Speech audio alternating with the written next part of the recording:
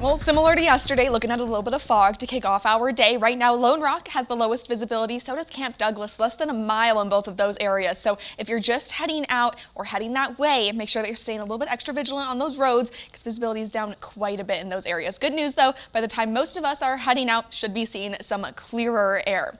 Winds right now calm, slowly starting to come up from the south. That's what's going to continue to pump in some warmer air and humidity. Right now, we're all in those high 50s and low 60s across southern Wisconsin, but those temperatures are going to increase pretty quickly through mid-morning up to the low 80s, and that humidity, that dew point, increasing right along with it up through those 60s. Starting off our day though, things are pretty comfortable with that cooler air. Those clouds staying away from us thanks to some high pressure. We've got another mostly sunny day on our hands. You can see not really much cloud cover building in throughout the day, but you can also see where those winds really start to come up from the south as we get into the early afternoon. That's when that humidity really starts to pick up there. Making our way into this evening, couple of sprinkles possible closer to the La Crosse area, but not really expecting that to reach most of us, or even for much of it to reach the ground at all. A little bit of cloud cover rolls in for those nighttime hours, but overall we're staying mostly clear. Plenty of sunshine and nice temperatures for today. Perfect for Willow and Holly here to get out on a walk. These are Chris's dogs. It's going to be a really nice day to get outside, especially if you didn't have the chance to yesterday.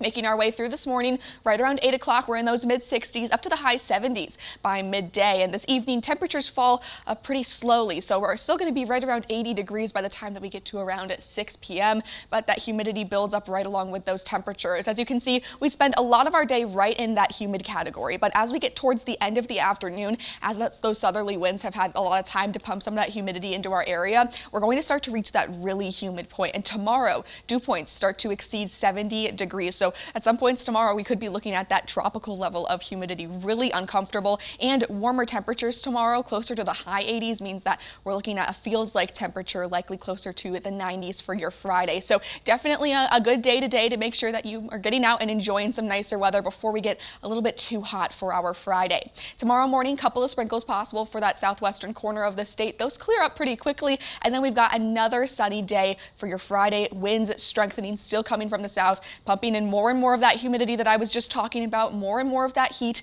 both of which are going to fuel the chance for some storms this weekend. That comes after a cold front moves through Saturday and stalls over the state. It's going to bring some long-lasting rainfall for a lot of us. Most of us really see that start on Sunday, but Saturday rain chances are not going to be zero, and the shower and storm chances, they're going to continue into the early days of next week as well. Your Monday and Tuesday also looking like a rainier set of days.